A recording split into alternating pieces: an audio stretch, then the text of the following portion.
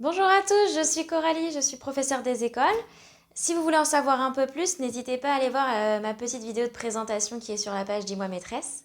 Alors aujourd'hui, une nouvelle question. Que faire si mon enfant a peur de sa maîtresse? Et pour moi, pour répondre à cette question, il y a deux axes. Le premier qui est la peur de la maîtresse avant la rentrée, si par exemple il l'a pas encore rencontrée ou qu'il l'a juste vue dans la cour. Et le deuxième axe, si c'est pendant l'année scolaire, où là, du coup, il a pu passer du temps avec et pourtant la peur subsiste. Voilà, aujourd'hui, on va se concentrer du coup sur la peur de la maîtresse avant la rentrée parce que oui, ça y est, on y est, c'est demain. Donc, il va falloir voir si votre enfant a cette peur ou non. Et si vous en avez part, je vous donne quelques petites astuces. Pour répondre à cette question, pour moi, c'est comme la dernière vidéo. C'est-à-dire qu'il va falloir commencer par dire à votre enfant, mais pourquoi tu as peur? Pourquoi tu as cette pensée-là? Parce qu'évidemment, comme j'avais pu le dire la dernière fois, le pourquoi, c'est vraiment essentiel. C'est vraiment le moment où votre enfant va pouvoir mettre des mots dessus et vous allez voir ce qui en ressort. Parce que ce qui arrive parfois, les enfants, rien que d'en parler, rien que de dire bah, j'ai un peu peur pour telle ou telle raison, en fait, rien que le fait d'en parler, ça y est, il est libéré et finalement, à la fin de la discussion, alors que vous avez rien fait, rien dit, il a plus peur. Donc c'est déjà un grand pas. Bon, après, c'est pas le cas de tous les enfants. Il y en a beaucoup qui ont quand même des vraies raisons, alors que nous, en tant qu'adultes, on va pas situer de la même façon, mais qui sont pour eux des vraies raisons. Par exemple, ce qui peut arriver, c'est qu'ils vous disent qu'ils ont peur de la maîtresse, etc. Et en développant, en fait, vous allez comprendre qu'ils ont plus peur de ce que représente cette maîtresse ou ce maître que de la maîtresse en elle-même. C'est-à-dire qu'il peut représenter le fait de passer à la classe supérieure. Et si jamais il a peur de passer à la classe supérieure, je vous invite à revoir la vidéo précédente pour pas tout vous redire. Et dans ces cas-là, vous aurez vos réponses. Si jamais c'est une autre peur, il peut y avoir aussi, par exemple, dire oh là là, j'ai peur de la maîtresse parce qu'elle est grande, ou le maître parce qu'il est très grand. Et ça, cette peur, j'ai pu la connaître, hein, parce que, alors vous le voyez pas forcément dans les vidéos, mais je ne suis pas très grande. Et en tant qu'enfant, c'est vrai que quand on voit un maître ou une maîtresse et qui d'un seul coup arrive et qui fait 1,90 m, on se dit ouh là là, là là là là, c'est un géant, je vais me faire manger. Donc non, c'est là le moment où ça va être intéressant de faire un comparatif avec peut-être quelqu'un de la famille ou de vos amis qui est très grand et dont votre enfant bien sûr n'a pas peur. Donc par exemple si papy ou si tonton, tata, son cousin, sa cousine ou voilà un ami de la famille qui est très grand, et prenez cet exemple-là en lui disant mais regarde, si c'était telle personne qui était ton maître ou ta maîtresse, est-ce que tu aurais peur? Bah non. Et à l'inverse, vous pouvez aussi aller dans l'extrême si jamais autour de vous, vous avez une personne, peut-être un voisin, une voisine qui est un peu désagréable, pas toujours sympa et qui est petit, ou même la boulangère, le boucher, peu importe, vous pouvez lui dire bah regarde, la boulangère, elle est petite et pourtant elle est pas très sympa. Est-ce que tu préfères quelqu'un de grand qui soit agréable ou quelqu'un de petit et qui sera pas forcément sympa? Et donc là, vous pourrez lui dire, tu vois, au final, c'est pas la taille qui va changer quelque chose. Et là, ce sera parti.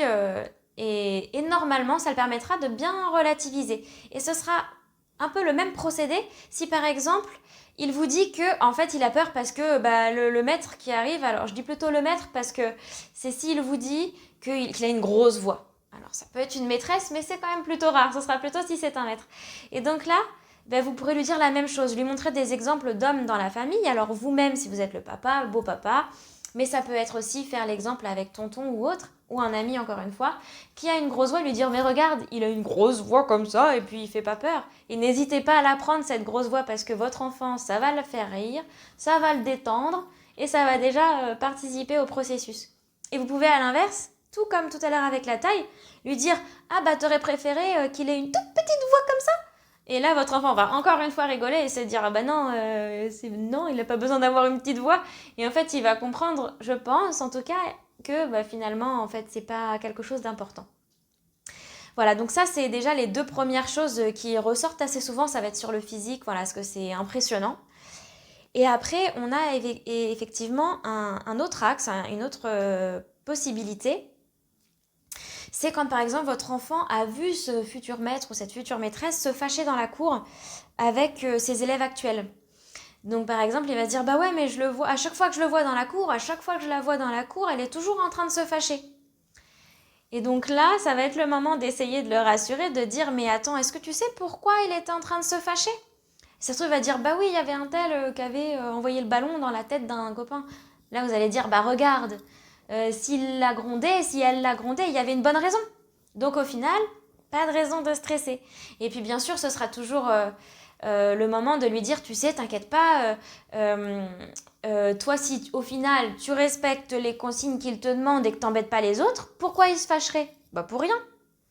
Et donc du coup, ça devrait déjà faire du bien. Et évidemment, pour toutes les raisons que j'ai énumérées, s'il est encore un peu sceptique, n'hésitez pas à lui rappeler que s'il y a quoi que ce soit, vous serez là, vous pourrez prendre rendez-vous avec la maîtresse, discuter avec. Mais attention à ne pas rentrer trop dans leur jeu et qu'après ils se disent oh là là, bah moi je vais lui dire que ça se passe pas bien, comme ça maman elle va me faire rester à la maison. N'allez pas trop loin et dites juste que vous pourrez discuter avec la maîtresse, etc. Parce qu'on a des petits malins qui aiment bien passer du temps avec maman ou papa à la maison. Donc si jamais vous lui dites oh bah tu resteras une journée à la maison, jamais, jamais, jamais, jamais, il faut pas dire ça.